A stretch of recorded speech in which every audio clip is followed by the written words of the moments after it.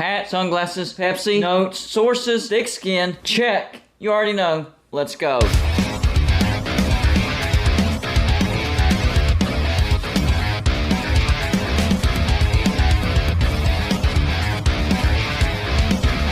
Golden Blooded is a college football YouTube channel for entertainment. So make sure to hit that like and subscribe button, and let's get into our next college football video. Don't forget to send gear to represent your team. The address is P.O. Box 360, Liberty, South Carolina 29657. Make sure to keep leaving comments because I'm continuing my idea of making video content out of comments that you guys put in the comments section. So if you think you have a good video idea, make sure to put it in the comments section. And today's comment is from David Messer. It is a little bit of a long one, but I like it and I think it's very important and it goes into today's video. Here's what he has to say in this comment. Well, one of the bad things about living to almost 70 years of age is that you see a lot of things happen in the past. I hear that the Pac-12 doesn't want any Mountain West schools. The WAC president of the Mountain West, right? The Pac-12 has former WAC schools in their conference right now. Colorado left the WAC to join the Big XII and create the Big XIII in the late 1950s. Then they left the Big XII for the Pac-12 in 2010. Arizona and Arizona State left the WAC and joined the Pac-12, but it was the Pac-10 back then, in 1978. We've left out Utah. They left the WAC in 1999 and joined the Mountain West. Utah left the Mountain West in 2010 to join the Pac-12. The WAC stopped competing in top flight football in 1999. All of the WAC schools then became the Mountain West.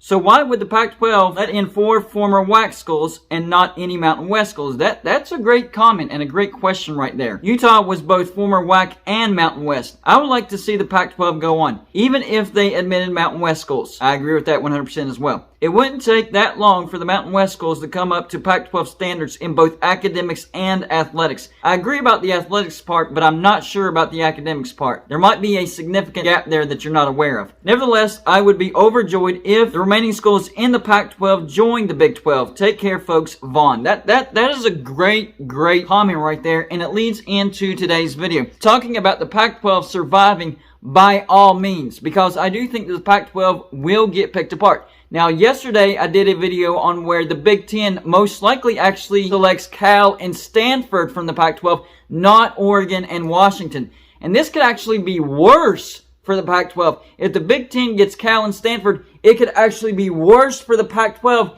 than if they got Oregon and Washington. And I kind of explained it yesterday, but here's the deal. If the Big Ten goes out and gets Oregon and Washington, then Cal and Stanford are going to be stuck in the Pac-12. Nobody else is going to take Cal and Stanford. And the Pac-12 might be able to survive with 8 members and still remain a power conference. But if the Big Ten does go out and get Cal and Stanford, that means Oregon and Washington are still on the board. And that might make them very nervous, because remember what I said yesterday. Whenever a conference gets down to 6 members, they have 2 choices. Either add more members or they must disband. They would be down to 8 members if the Big Ten got Cal and Stanford. That could be too close for comfort for Washington and Oregon. But on top of that, we've heard that Utah, Colorado, Arizona, and Arizona State are or have been talking to the Big 12. I don't know if that's going to happen or not, but it is a possibility. Let's say that happens, and then the Pac-12 is down to 4 teams, and they must add members. And we're talking about Mountain West schools right there.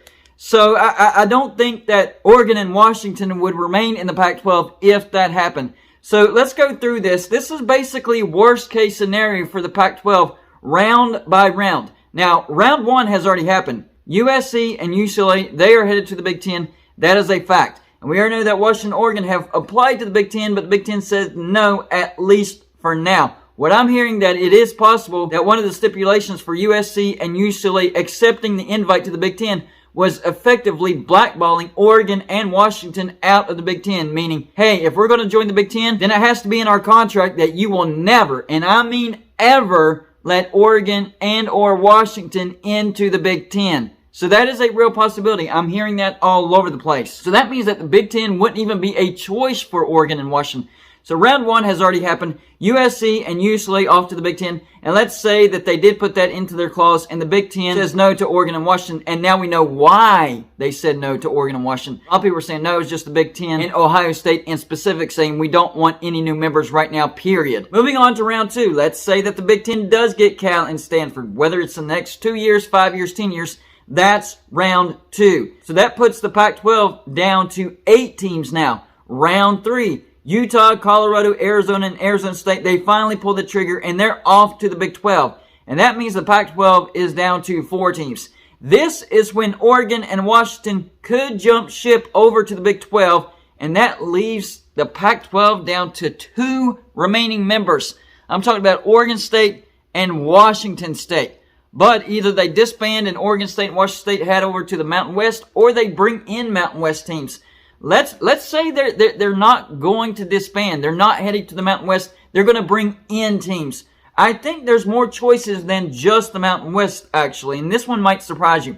Now, out of the Mountain West, I think a flat no matter what, is Hawaii and New Mexico. Sorry, Hawaii fans, and I know I have a few Hawaii subscribers on here, and sorry, New Mexico fans, not sure if I have any New Mexico subscribers, but it's going to be a flat no. You will never, ever get into the Pac-12, in my opinion. But the teams that they could get out of the Mountain West, I think Boise State, San Diego State, and Fresno State, those 3 teams would be a lock if this particular scenario were in place. But that still only brings the Pac-12 up to 5 members. They need at least 2 more members. So the Pac-12 could get 2 teams out of this remaining bunch. Utah State, UNLV, Wyoming, Nevada, Air Force, Colorado State, and San Jose State. I think the 2 teams that they most likely get out of that bunch would be UNLV, because they already have the Pac-12 championship in Las Vegas. That's a decent TV market. I know UNLV doesn't have a lot of fan support, but they would be able to make some money just because of the location.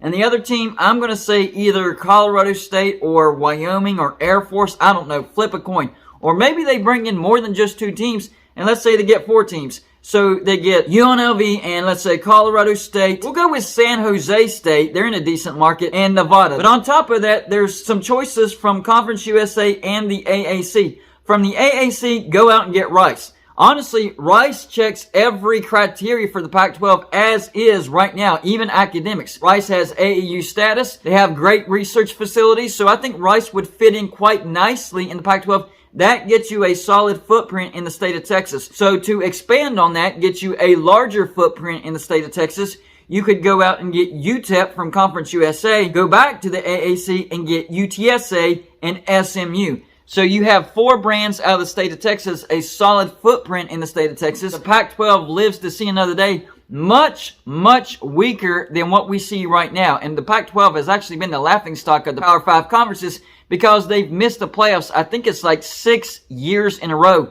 USC was very close into getting the playoffs and getting the Pac-12 into the playoffs, but of course they lost to Utah. So the streak continues. The Pac-12 is not very respected right now just because they haven't made the playoffs in a very long time. I respect the Pac-12. In fact, I thought the Pac-12 was one of the better conferences because 5 of their teams finished with double-digit win seasons. I'm talking USC, Washington, Oregon, Utah, and Oregon State. On top of that, UCLA finished with a 9-win season. So they were a pretty solid conference this year, but once again, they missed the playoffs.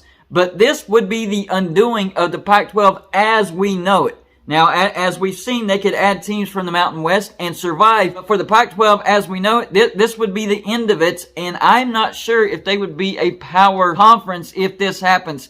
Because I think one of the stipulations is you have to have at least half your membership, the current teams, when you sign your new TV deal to remain a power conference. Now, maybe they could negotiate with the NCAA. Hey, look, we filled with the best we could get. Please keep us at Power 5 status. And maybe the NCAA grants that. But it's definitely not guaranteed. So the new Pac-12 would basically look like a reformed Mountain West. But I'm telling you, this particular scenario could happen round by round, just like this. USC, UCLA to the Big Ten already happened. Next up, Cal, Stanford to the Big Ten. Next up after that, Utah, Colorado, Arizona State to the Big 12. And finally, round 4, Oregon, Washington to the Big 12. And I hate it for Oregon State and Washington State fans. You guys are a great fan base, but if this happens, this would be very, very detrimental to you. I would actually like to have Washington State in the Big 12. I would say, hey, if you're going to bring in Utah, Colorado, Arizona State, Oregon, and Washington, just go ahead and bring in Oregon State and Washington State and finish the job and basically do away with the Pac-12. But that's just my personal opinion. So y'all let me know in the comments section. Number 1, what do you think of the chances of this particular scenario happening round by round, just the way I laid it out? Number 2, if this does happen, do you think this would in fact be the end of the Pac-12? And the last thing is, what do you think the Pac-12 needs to do to actually survive? Do they need to actually start making moves right now as far as adding teams from the Mountain West? That's all I got for this show. Like and subscribe if you haven't already,